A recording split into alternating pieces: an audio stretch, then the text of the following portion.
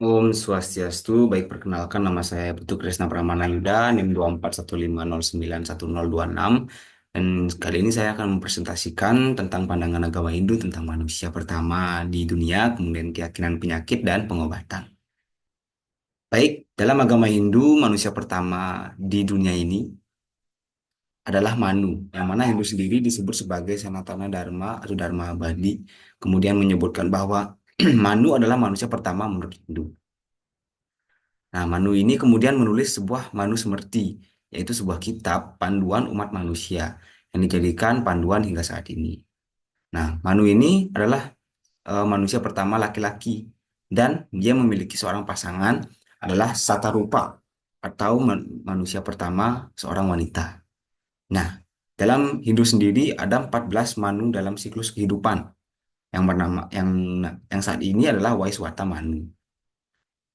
Nah, Manu sendiri menyebutkan bahwa manusia itu berasal dari lima unsur alam yang mana dalam agama itu adalah Panca Mahabhuta.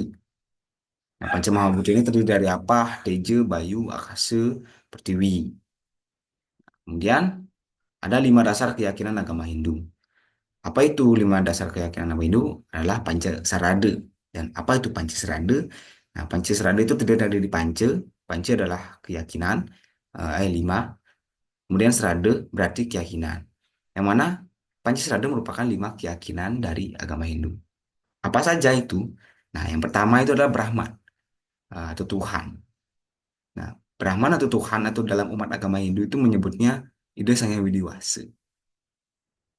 Yaitu seorang bukan seorang, dia adalah pencipta dari segala pencipta.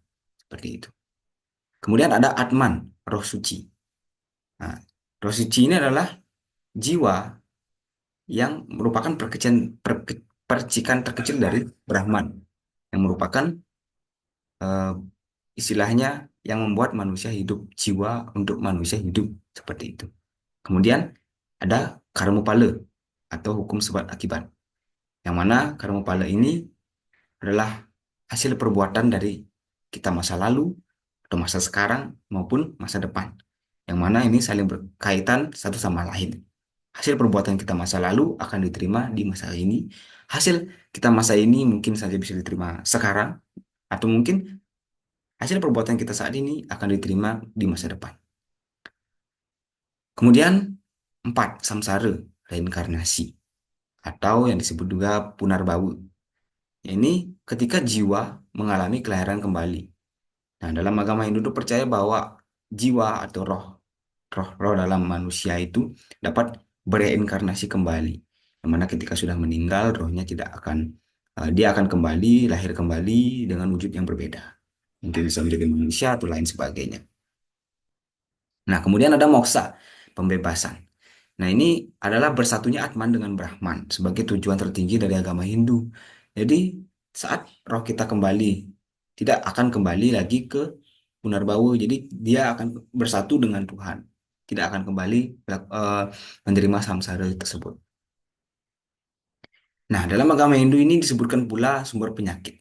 Yang mana beberapa sumber penyakitnya diantaranya pengaruh karma. Seperti yang saya sebutkan tadi, karma itu menentukan eh, perbuatan kita saat ini. Yang mana jika kita berbuat buruk di masa lalu maupun di masa sekarang, itu akan berdampak juga pada kesehatan. Kemudian tidak harmonisan dengan alam. Merusak lingkungan itu dapat berdampak negatif pada kesehatan. Seperti contoh kita membuang sampah sembarangan, eh, tidak rajin mencuci baju, itu kan berdampak juga kepada diri kita. Kemudian apa namanya, merusak tanaman, eh, akhirnya oksigen itu berkurang dan akhirnya banyak kejadian seperti longsor itu juga apa namanya, berdampak pada kesehatan penyakit. Kemudian keadaan pikiran tidak sehat. Nah, ini sering sekali terjadi seperti stres, khawatir berlebih, kecemasan, nah itu juga mempengaruhi kepada kesehatan diri kita. Kemudian ada pelanggaran hukum alam. Nah, ini eh, seperti yang saya sebutkan tadi, ketidakharmonisan dengan alam itu sama juga, dan juga ketidakseimbangan energi. Nah, terkadang kita memikirkan sesuatu hal itu berlebihan sehingga ujung-ujungnya negatif, yang akhirnya mungkin saja bisa terjadi.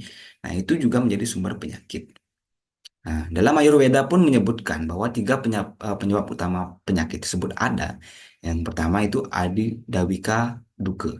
Nah, ini penyakit yang disebabkan oleh faktor supranatural atau ganjaran dari Tuhan dan leluhur. Nah, ini juga bisa disebut kalau supranatural itu disebut juga di Bali itu cetik ya gitu. Jadi seperti itu.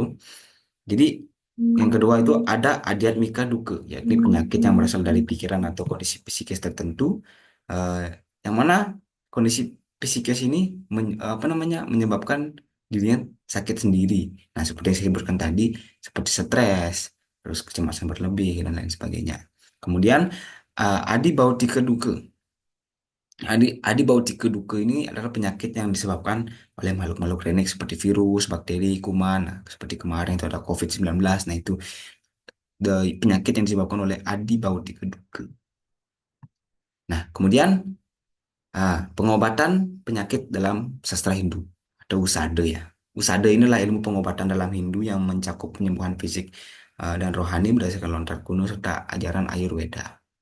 Nah, pengobatan secara fisik ini uh, bisa dilakukan seperti kita meminum ramuan atau obat-obatan herbal ya, seperti kunyit, temulawak, jahe, kemudian dan lain sebagainya, kencur seperti ya.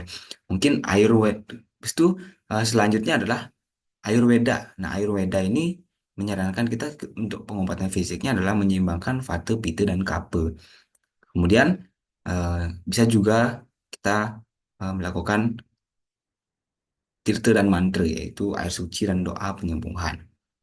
Itu secara fisik dalam agama Hindu. Nah, secara rohani kita bisa melakukan dengan cara melukat. Nah, ini melukat ini sudah sering dilakukan yaitu pembersihan diri dengan berkunjung ke pemandian-pemandian suci, kemudian meditasi dan yoga. Nah, ini juga bisa menenangkan pikiran kita agar tidak stres tadi.